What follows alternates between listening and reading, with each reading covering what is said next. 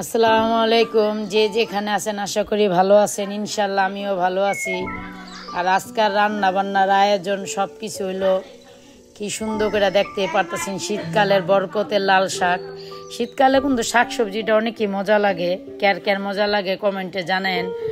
আপনারাও কমেন্টও করেন না, লাইকও দেন না, শেয়ারও করেন না। এটা কিন্তু ঠিক না, বুঝছেন। এটা কিন্তু কোনো মানুষের যে কোনো কাজ করণের দেখবেন একটা আগ্রহ থাকে যদি মানুষ সাপোর্ট দেয়। আর ভালোবাসার মানুষগুলো যদি সাপোর্ট না দেয় তাহলে কিভাবে একটা জিনিস আগ্রহ করে করুন কোন, এই আগ্রহগুলো নষ্ট হয়ে যায় আস্তে আস্তে। ইনশাল্লাহ কোনো দিন না কোনো দিন ভালোবাসা জয় হবই। মাঠে যখন নামছি একদিন না একদিন গোল দিতেই পারবো যদি আপনারা আমার পাশে থাকেন। দেখতে পারলেন শাকগুলো কুটটা খুব সুন্দর করে দিয়ে দিলাম, কাঁচামরিচ পেঁয়াজ। দেখছেন লাল টকটকে। এই শাকটা কিন্তু গরমকালে হয় না, শীতকালে কিন্তু দেখবেন লাল শাকে একটু একটু লাল হয়, কিন্তু আগের মতন লাল না। আগে যেরকম লাল হইতো সেরকম কিন্তু হবে লাল না, কিন্তু অহংকার অনুযায়ী যেমন একটু ভালাই আছে। তা আমার শাকগুলো খুব সুন্দর গুতায় গাতায় নিলাম, হপাইলো বাগারে। পরে মনে করেন এখানে পেঁয়াজ দিয়া, রসুন দিয়া, শুকনা মরিচ দিয়া খুব সুন্দর করে শাকটা বাগার দেয়া দিলাম। একটা শুকনা মরিচ আমার লেগে দিছে। আমার আবার শাকের শুকনা মরিচ না হইলে মজা লাগে না। শাকের ভিতরে দেখবেন শুকনো মরিচটা দিলে ঘেরা না, সে কিন্তু পোলা পাইনে খাইবো, তো জাল হইলে খাওয়া পারে না। খুব সুন্দর করে কিন্তু শাকটা বাগার দিয়ে নিলাম। এরকম আপনারও কিন্তু বাসায় টেরে করবেন। আমারটা দেখে আপনি শিখবেন, আপনারটা দেখে আমি শিখুম। এটাই এক দেশের এক সিস্টেমের রান্না। আর এখানে দেখতে পারতেছেন শীতকালের কি সুন্দর সুন্দর টোসা টোসা টমেটো, ফুলকপি, আলু খুব সুন্দর করে কাইটা নিছে রান্নার জন্য। এগুলা কিন্তু রান্না করবো কাতলা মাছ দিয়া। কাতলা মাছ দিয়ে দেখবেন সিমটা ফুলকপিটা কিন্তু খারাপ লাগে না, মজাই লাগে বাগুন দিয়েও। এখানে মনে করেন তরকারির লেগে আদা রসুন, স্বাদ মতন লবণ, হলদির ফাঁকি, মরিচের ফাঁকি পরিমাণ মতন দিয়ে দিলাম। খুব সুন্দর করে কষায় নিব।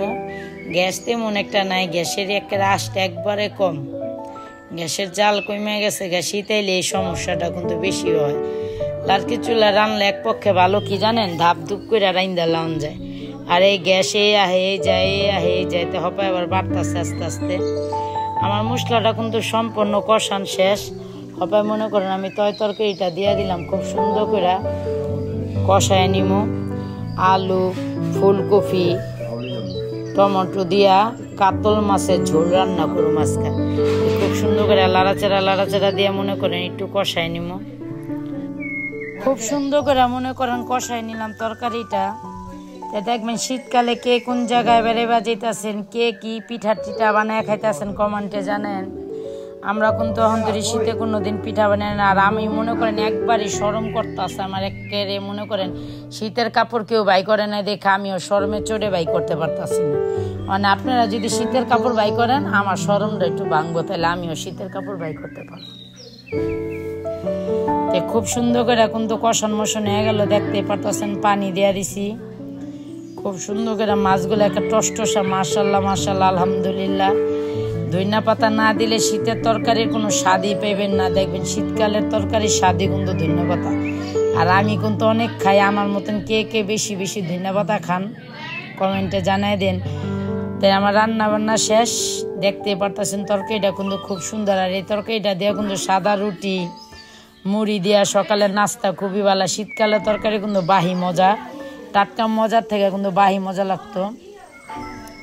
তো হপায় তো মনে করেন দুপুরকার রান্নার বাড়া শেষ, খাওয়ালেই শেষ। ওখানে আবার বিকালকার নাস্তার একটা আইটেম। আর শীতকালে কিন্তু আপনাকে আমি আবারও বলতাছি, শর্টকাটে আলু ভর্তা বানাবেন। আলু দিয়া শীতকালে অনেক পদের আইটেমের নাস্তা বানান যায়।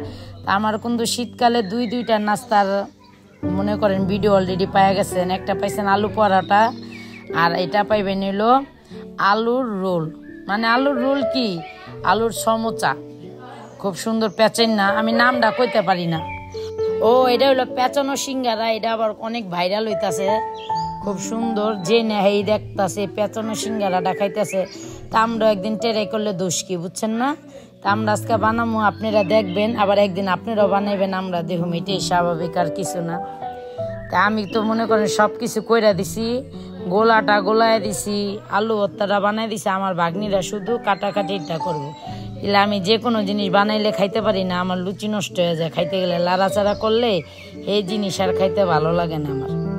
আমি সব কিছু কইরা দিছি, সবাই মনে করেন ওরা বানানের পালা। তো খুব সুন্দর নিয়ে দেখছেন পেঁচানো সমোচাটা সিঙ্গারা না সমোচা কি কইলো ভুলে গেছি, দূরে একই কথা, ভাল লাগে না। পেঁচানো সিঙ্গারা মাশাল্লাহ মাশাল্লাহ দেখতেই পারতেছেন কি সুন্দর বানাইছে। আসলে কিন্তু অনলাইন জগৎটা বাইরে খারাপ হয় না, বুঝছেন, ভালোই হয়েছে। মানুষ দেখলেই যে কোনো জিনিস দেখলে সাথে সাথে করতে পারে, পাইরা যায়, খাইতে পারে, এটাই কিন্তু ভালো। তো হপাইলো খাওয়ানোর পালা, আমার জিনিস মনে করেন হইতে দেরি খাইতে দেরি না। তো ভাইয়েরা বোনেরা যে যেখান থেকে আমার ভিডিওটা দেখতেছেন ভালো থাকেন, সুস্থ থাকেন। আসসালামু আলাইকুম।